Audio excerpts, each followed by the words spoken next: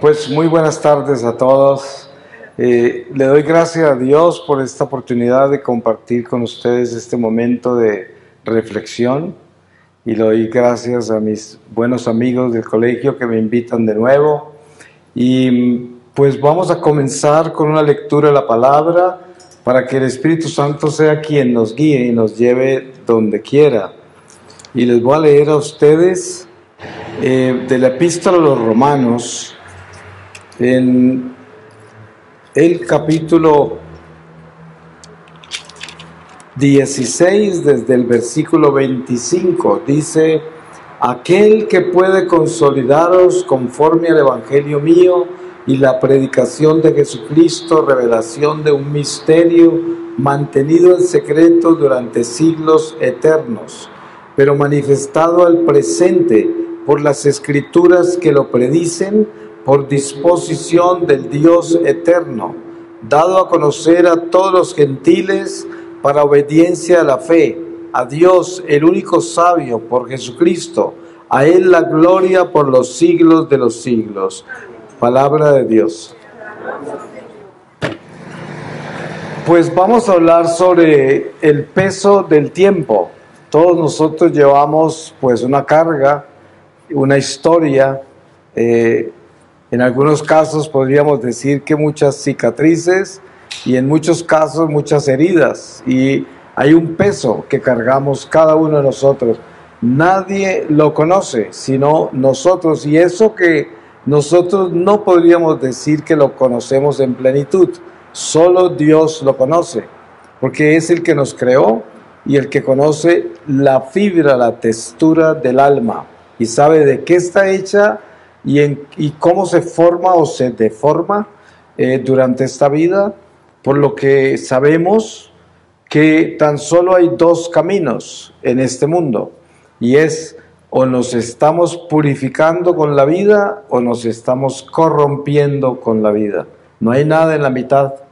Y claro, como es un caminar, es un peregrinar, y estoy hablando del pueblo que tiene fe en Dios, porque si estamos hablando de la gente del mundo que ni conoce a Dios, o no le importa a Dios, o se aleja de Dios, ese es un caso aparte. Pero si estamos hablando de gente que cree en Dios, le obedece a Dios y camina con Dios a pesar de nuestra debilidad, vulnerabilidad, tendencias al pecado, eso es lo que somos todos nosotros, ¿no? Entonces, si hablamos de gente así, entendemos que nosotros fluctuamos de acuerdo a los ciclos de nuestra vida. En algunos momentos estamos muy integrados en Dios, y en otros momentos estamos débiles, fríos, pasando por un desierto de fe, y pasamos por ciclos, ¿no? Pedimos a Dios que no nos vaya a tomar en el llamado que nos haga al final de la vida, en un ciclo donde estemos en un desierto o completamente enfriados de Él, porque no sería muy bueno terminar así. Pero con el tiempo yo pienso que una de las gracias que recibimos más importantes de Dios es darnos a entender lo importante que es mantenernos en gracia todo el tiempo. Es cierto que yo hoy puedo caer, pero tengo que levantarme rápido, me toca irme a reconciliar, porque no puedo permitir quedarme caído. Sucede que en principio, por la verdad revelada, sabemos que nuestra vida es una batalla entre el bien y el mal. Eso está claro. Un católico que no entienda que tenemos un enemigo invisible que se llama Satanás está muy mal, porque si desconoce o ignora al enemigo, pues ya está perdido, porque el enemigo lo tiene ganado ya. Porque el principio fundamental de nuestra vida en Dios es conocer el enemigo. El enemigo no tiene poder sobre nosotros, porque fue vencido en la cruz, pero tiene el poder que nosotros le podamos dar. Y ahí es donde está el peligro, porque nosotros mismos nos exponemos a que el enemigo nos haga daño. Y lo sabemos. ¿Cuántas veces nosotros, por culpa de nuestras debilidades, pronunciamos una palabra que puede causar un desastre. Imperios enteros se han caído por una frase, matrimonios se han roto por una frase, amistades, sociedades, y es tan solo una frase que salió de la boca. Pero lo que sucede es que no es una frase, sino que es un espíritu. Y con eso no le vamos a poner la culpa al diablo por todo lo malo que hacemos. Pero sí nos tenemos que dar cuenta de una cosa. El espíritu del mal apoya nuestra debilidad y viene a fortalecer lo débil, a volverlo más débil. Y entonces, por donde quiera que tengamos una debilidad, por ahí tenemos una puerta abierta. Y esa puerta nos hace más vulnerables de lo que somos por naturaleza. Porque por naturaleza humana, por nuestra mortalidad que nos hace imperfectos, porque el hecho de que muramos quiere decir que somos imperfectos. Porque para poder ser perfectos tendríamos que ser inmortales. Fuimos creados perfectos, pero perdimos la perfección al perder el amor de Dios con la desobediencia en el pecado original, y entró la muerte y la llevamos marcada en nuestros huesos, la muerte. Eso nos hace imperfectos. Por eso Jesús aparece en nuestra vida como aquel que nos trae la perfección que necesitábamos, porque Él nos completa lo que nos faltaba. ¿Y qué es lo que nos faltaba cuando Jesús aparece entre nosotros como Redentor? Nos faltaba la vida, porque hasta que Jesús aparece, nosotros no podíamos entrar al cielo. Por lo tanto, estábamos muertos en el pecado, hasta el punto que todos los que murieron de antaño, desde Adán y Eva hasta la encarnación del Señor, que fueron santos, estaban detenidos en un estado que se llamaba el seno de Abraham o el limbo, y no podían ir a ningún lugar. No estaban condenados, no estaban en el purgatorio, pero no podían entrar al cielo. Por eso es que cuando Jesús asciende al cielo, que se dice que es el primero de entre los muertos, se llevó con Él todos los que estaban en el limbo. Entonces, Él vino a completar lo que nos faltaba, que es la vida. Por eso la palabra dice: muerte, ¿dónde está tu aguijón? Porque ya fue derrotada la muerte en el Gólgota, en la cruz. Entonces, si nosotros entendemos eso bien, nos damos cuenta que nuestra mortalidad nos hace imperfectos, y siempre tenemos que estar vigilantes de esa imperfección en nosotros. No para que nos atormente, sino para ponerla en vigilancia, porque es nuestra debilidad, nuestra debilidad. Por ejemplo, ustedes se dan cuenta cómo el demonio es tan astuto que subliminalmente crea circunstancias donde quiere realzar la muerte como algo importante. Por ejemplo, ustedes conocen aquí el culto a la muerte, ¿no?, que hay, y la llaman santa, porque pues es satanismo. Pero resulta de que ¿cómo puede ser santa la muerte si la muerte es el demonio? La muerte entró al mundo por el pecado original, y el pecado original es causa de la serpiente, que es Satanás. Por lo tanto, la muerte es el diablo. Entonces, el diablo es tan astuto que crea un culto hacia la muerte que es el mismo Satanás, y se dibuja con símbolos de la iglesia de Dios. Eso es el engaño, pues, del demonio, que se viste de ángel de luz. Pero al mismo tiempo es muy claro en lo que presenta, porque presenta la muerte. Entonces, el que es ignorante no se da cuenta que la muerte no puede ser santa, porque matar es un pecado, ¿no? Matar es un pecado muy grave, es un pecado mortal. Entonces, no puede haber santidad de un pecado. No puede, es imposible. Ahora, si nosotros entendemos que Jesucristo, al darnos su Espíritu el día de Pentecostés, nos ha cambiado de ser seres mortales a ser seres inmortales otra vez. Lo que habíamos perdido nos lo dio con el bautismo.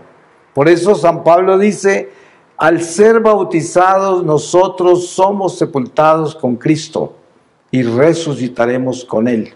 Porque el mismo que resucitó al Señor nos resucitará a nosotros al entrar en esa muerte del bautismo. Porque el bautismo, el mismo catecismo de nuestra iglesia dice que es un exorcismo, lo cual nos libera completamente de todo lo que sucedió con Adán y Eva, con todo lo que sucedió con todos nuestros antepasados. Y dice la palabra, Cristo nos hace criaturas nuevas en Él, absolutamente nuevas. Ya no cargamos con el peso de los pecados de antaño y comenzamos una cuenta nueva con el Señor. Y ya depende de nuestra voluntad si le vamos a obedecer o no a Dios, depende de nosotros, pero ya es una libertad que tenemos. Y encima de eso tenemos el sacramento de la reconciliación, que nos lleva a caminar en amistad con Dios a pesar de nuestras faltas. Podemos llegar donde el Señor a pedirle misericordia por medio de la iglesia en los sacramentos, como el de la reconciliación a través del sacerdote. Y esto es misericordia de Dios con nosotros. Al mismo tiempo que estamos enterados de quiénes somos nosotros, como dice San Pablo, vasijas de barro, eso es lo que somos, que llevan el tesoro. Porque aquí hay algo importante que debemos entender. Y yo siempre pongo este ejemplo porque es muy práctico. Ustedes saben que uno puede traer agua natural, que se considera como una criatura, es una criatura inferior, pero es una criatura, el agua. Y se le trae al sacerdote para que la bendiga. Una vez que el sacerdote bendice el agua, ya el agua deja de ser natural y se convierte en agua sobrenatural, porque recibe el Espíritu Santo y ya se considera un sacramental.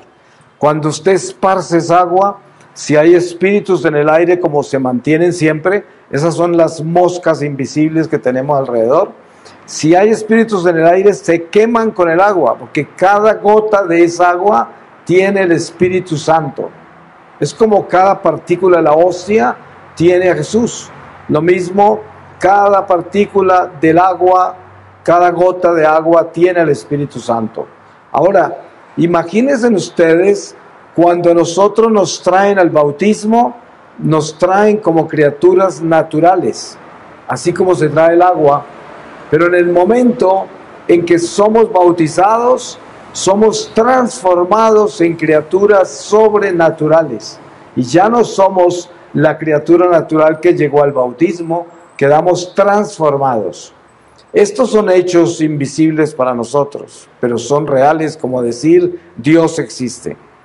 Esto quiere decir que si nosotros entendemos quiénes somos como cristianos, nos vamos a dar cuenta de la fuerza que hay en nosotros y también lo fácil que es desperdiciar esa fuerza por ignorarla, por no compenetrarse en ella, por no asumirla. Pero si nosotros llegamos a compenetrarnos en ella, a entender que es un don maravilloso que hemos recibido, que nos ha transformado en hijos de Dios, entonces nuestra mirada ya no va a ser simplemente una mirada terrenal, mortal, sino que ya va a ser una mirada que trasciende esta vida hacia la otra y tenemos un sentido eterno de la vida. Eso cambia a la persona y completamente la cambia, porque ya uno entra dentro de la esperanza. Por eso dice la palabra, nosotros somos testigos de la esperanza. ¿Por qué? Porque creemos en la vida eterna. Si uno cree en la vida eterna, sabe que nosotros no morimos, sino que nos transformamos. Somos enterrados como cuerpos corruptibles, pero resucitamos como cuerpos incorruptibles. Es una transformación, no una muerte. Lo importante es entender que dentro de nosotros hay un alma y que esa alma necesita ser alimentada. ¿Qué estamos haciendo acá en esta tarde, en este lugar? estamos alimentando el alma. Eso es lo que estamos haciendo. No estamos hablando del intestino, ni del hígado, no, eso está incluido como naturaleza inferior, pero estamos fortaleciendo nuestra alma. Estamos recibiendo la luz del Espíritu Santo para tener más fuerza, para tener más valentía, para atrevernos a ser hijos de Dios todo el tiempo, para no vivir la mediocridad, ni la tibieza, ni la duda, ni la desobediencia, sino para vivir íntegros en un camino, caminando sobre una huella que está dada, marcada, que es Jesucristo mismo, el Evangelio. Y esto hace que ya nosotros seamos criaturas extremadamente integradas en la verdad, aunque nuestra naturaleza, nuestros huesos, nuestra sangre, nuestra carne contradiga lo que conocemos, lo que sabemos. Como dice San Pablo, parece que esta carne estuviera peleando contra el espíritu, porque la carne tiende hacia los placeres y hacia el pecado, a la comodidad, a la velocidad, y el espíritu tiende hacia Dios, y es una sola persona, con dos naturalezas. Entonces, entre más alimentamos el alma, más somos capaces de someter esta naturaleza inferior a la obediencia del Espíritu y nos convertimos en personas espirituales. Y ya tenemos paz, gozo y esperanza. Y somos personas que ya no dependen de los acontecimientos temporales, que ya el mundo no nos atormenta ni somos esclavos de él. Ustedes se dan cuenta, como un ejemplo muy básico, cuando usted ve a una persona que saca a caminar a un perrito, a veces ve uno que el perro lleva a la persona, ¿cierto? Va. Otras veces ve uno que la persona lleva el perro. Y ese es un ejemplo básico de lo que es la vida en Dios. Cuando vivimos en Dios, nosotros llevamos este perrito, lo llevamos, no nos lleva a nosotros. Cuando nosotros no estamos en Dios, este perrito nos lleva a nosotros, ¿sí? Y hace lo que quiere. Y por eso la disciplina espiritual es muy importante, porque entonces podemos ponerle riendas a nuestra naturaleza animal. Y debemos siempre estar conscientes de que tenemos una naturaleza animal también. Un animal es el mismo que usted tiene que llevar al baño, el mismo que tiene que bañar, el mismo que tiene que alimentar y llevarlo a descansar. Es un animal, ¿no? Solo que es racional. Pero lo más importante es no olvidar que ese animal tiene alma y esa alma es superior. No, esa alma tiene una fuerza espiritual que es capaz de ponerle riendas a la naturaleza inferior y ponerla en obediencia. Ustedes se dan cuenta que el materialismo de esta civilización que nos tocó, el consumismo, el relativismo, hace que el hombre sea esclavo del animal. Y es más, esta civilización predica el animal, no el espíritu, el animal. Y la gente anda con el animal como en un trono. La mayoría de la gente se la pasa cuidando el animal y nunca el alma está sobre el animal, sino el animal lleva el alma arrastrada. Y es una tragedia porque es el resultado de esta civilización. Y por eso hay tanta maldad, tanta depravación, tanto vicio, tanta cosa, tanto odio, violencia, porque es el animal, ¿no? Y el animal pierde control muchas veces y hace cosas absurdas. Entonces, es muy importante que dentro de todo lo que estamos haciendo en nuestro día a día, mientras llegamos al puerto seguro que es Jesucristo, tengamos en cuenta ese peregrinar, que somos peregrinos que estamos en tránsito, porque parte del materialismo es hacernos creer que estamos en casa. El materialismo nos vende este mundo como nuestra casa y la gente se acomoda en él y sueña en él, aspira en él, desea todo lo de él y se esclaviza de él. Cuando tenemos espiritualidad, cuando estamos conscientes de lo tanto que tenemos que alimentar el alma para que sea el alma la que rija nuestro paso, entonces ya el mundo no nos maneja, porque administramos lo que Dios nos confía, porque a cada uno de nosotros Dios nos da una responsabilidad particular y somos responsables de eso. Y debemos ser muy honestos, muy coherentes, prudentes. Debemos ser personas que hacen lo que Dios le confió. Eso es lo que debemos ser. Pero nunca debemos ser aquellos que poseen nada de lo que se les confió. Porque ahí es donde está la caída del hombre. El momento en que se apega a lo que le confiaron. Nosotros no podemos poseer nada de este mundo ni a ninguna criatura. Debemos amarlos con el amor de Dios y administrar las cosas materiales con el amor de Dios, pero sin creer que son nuestras. Por eso la tumba, el ataúd es el mejor ejemplo. Nadie se va con lo que tenía y nadie se lleva a nadie con él, porque entierran a uno solo en ese ataúd. Y uno solo comparece ante el tribunal del Señor, así se mueran 1.000.000 en el mismo momento. Cada uno aparece solo ante Dios. Y por eso, teniendo en cuenta eso, eso hace que nuestra conciencia crezca, se eleve y se dé cuenta que todo es temporal y que lo único que trasciende esta vida es el alma. Y por lo tanto, la responsabilidad más grande de todas las que nos confía Dios es la alimentación del alma. No hay nada más trágico que nos sorprenda la muerte con un alma desnutrida. Miren ustedes lo que hace el diablo. Cuando Dios nos crea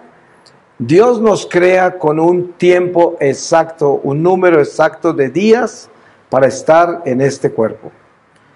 El diablo es un experto en robarnos el tiempo que le pertenece al alma en el cuerpo. O sea, quiere que nosotros muramos prematuramente. Porque si entramos prematuramente al mundo espiritual, ustedes se dan cuenta que una mujer embarazada aspira a que el niño nazca a los 9 meses, no a los 8 ni los 7, porque sabe que necesita tener su sistema inmune fuerte, necesita estar saludable para entrar a la naturaleza del mundo cuando nazca. Y quiere que sea un niño sano, y para eso tiene que cumplir el ciclo de los 9 meses. Ahora, solo Dios sabe cuánto es el ciclo de cada alma que Él crea. Dios a cada uno nos da un número exacto de tiempo para que esa alma esté preparada para entrar al mundo espiritual. Por eso el purgatorio se convierte en el equivalente como a una incubadora. Usted sabe que un niño prematuro lo meten a una incubadora hasta que tenga fuerza para salir y enfrentarse a la naturaleza por sí mismo. Lo mismo, muchas almas salen de este cuerpo prematuramente, pero se salvan y quedan en un estado de purgación muy doloroso. Otras, por diferentes estados del alma en el momento de la muerte, terminan en el purgatorio. Pero lo importante es entender que el diablo tiene muchas avenidas para tumbarnos el tiempo, a través del vicio, los excesos, la desobediencia, el pecado. Todo eso nos roba salud, nos roba vida física. Y eso es lo que tenemos que cuidar.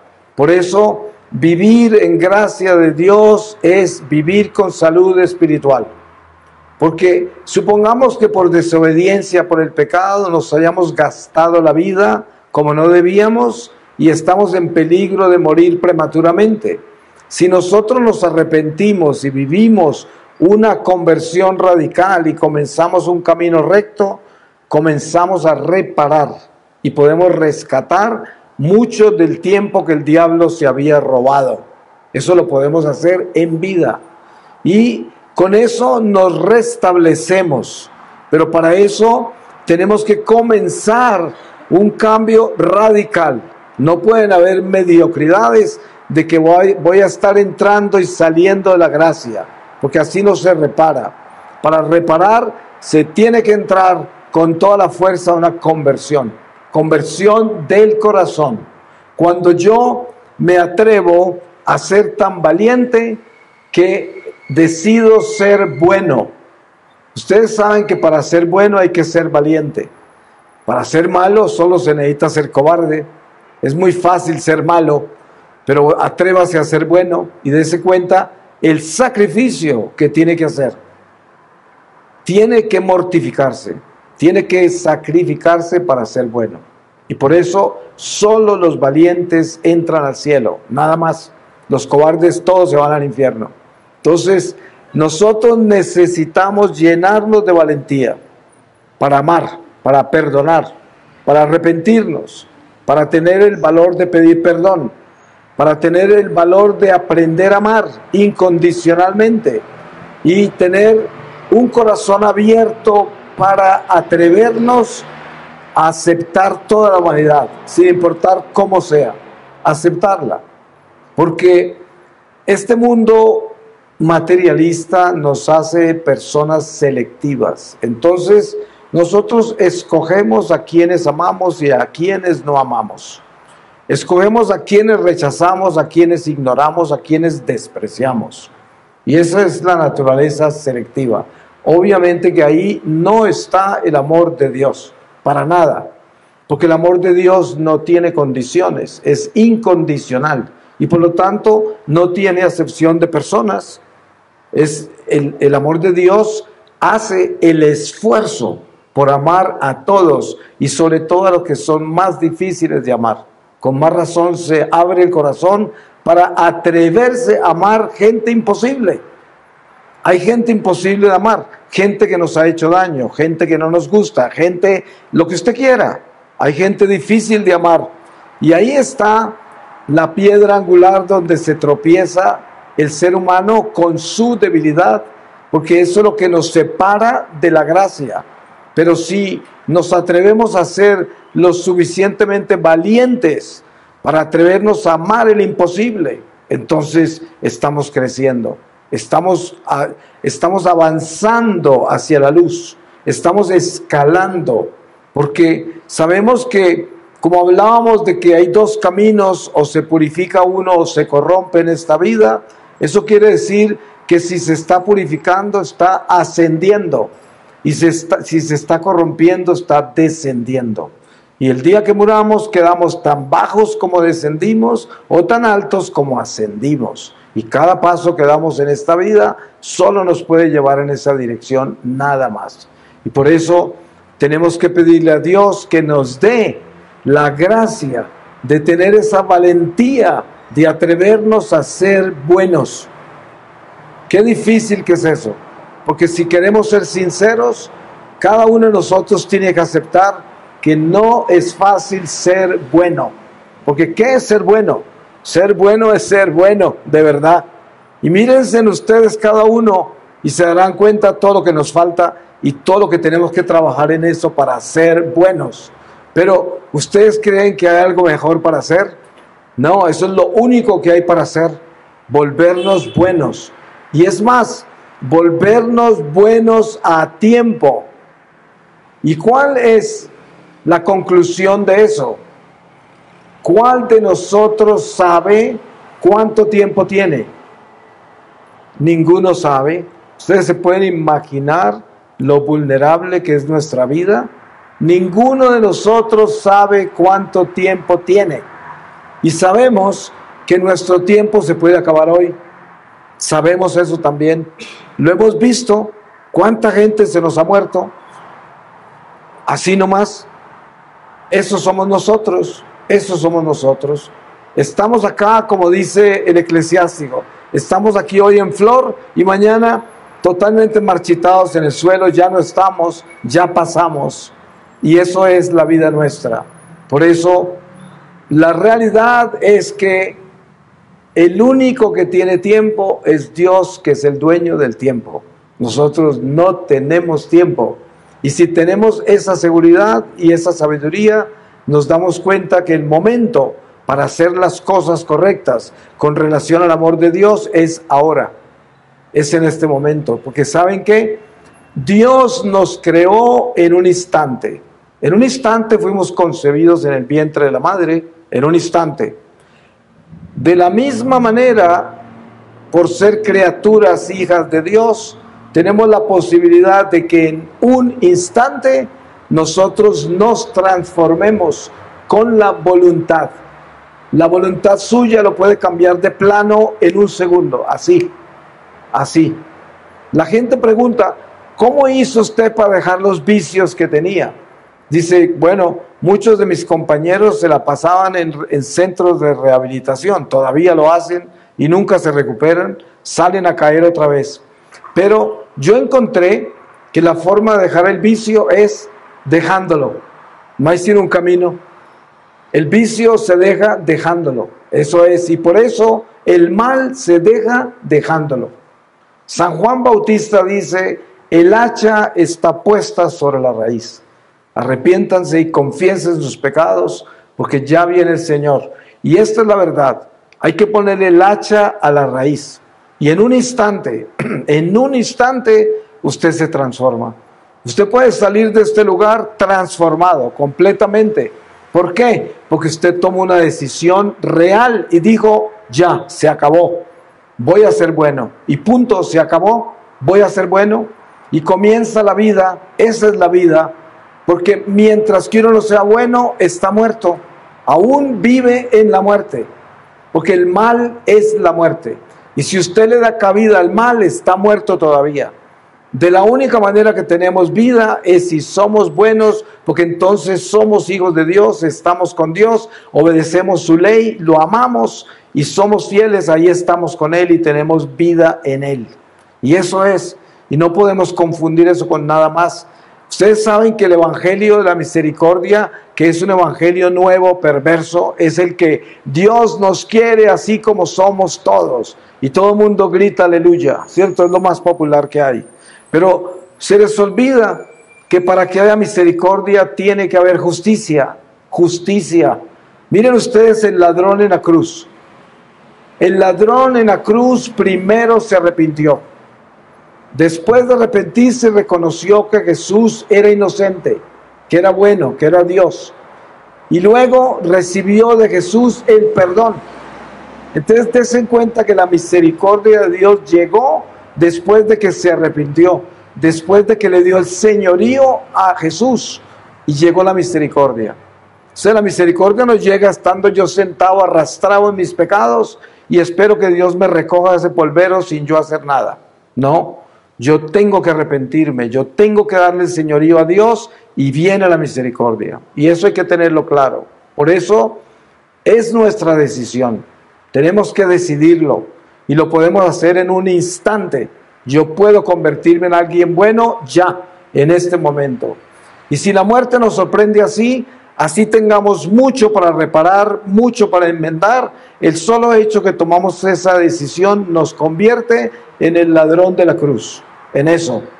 Porque es el arrepentimiento sincero, la decisión sincera, total, en la que yo reconozco al Señor como mi Señor y reconozco que el pecado no puede quedar en mi vida ya. Eso me hace un hijo de la luz instantáneamente y a la luz perteneceré. Ahora, si Dios no me da más tiempo acá, esa fue la oportunidad de mi vida. Y si me da más tiempo, pues reparo, enmiendo mi camino, porque Dios lo ha permitido así. Pues voy a terminar con una lectura de la palabra para sellar esta reflexión. Y les voy a leer a ustedes de la epístola a los Efesios, en el capítulo 2, desde el versículo 1. La salvación en Cristo, don gratuito. Y a vosotros que estabais muertos en vuestros delitos y pecados, en los cuales vivisteis en otro tiempo, según el proceder de este mundo, según el príncipe del imperio del aire, el espíritu que actúa en los rebeldes. Entre ellos vivíamos también todos nosotros en otro tiempo, en medio de las concupiscencias de nuestra carne, siguiendo las apetencias de la carne y de los malos pensamientos destinados por naturaleza, como los demás, a la ira. Pero Dios, rico en misericordia, por el grande amor con que nos amó, estando muertos a causa de nuestros delitos, nos vivificó juntamente con Cristo. Por gracia habéis sido salvados, y con Él nos resucitó y nos hizo sentar en los cielos en Cristo Jesús, a fin de mostrar en los siglos venideros la sobreabundante riqueza de su gracia por su bondad para con nosotros en Cristo Jesús. Pues habéis sido salvados por la gracia mediante la fe, y esto no viene de vosotros, sino que es un don de Dios. Tampoco viene de las obras, para que nadie se gloríe. En efecto, hechura suya somos, creados en Cristo Jesús, en orden a las buenas obras que de antemano dispuso Dios que practicáramos. Palabra de Dios. Pues le damos gracias a Dios por este momento de reflexión. Vamos a tomar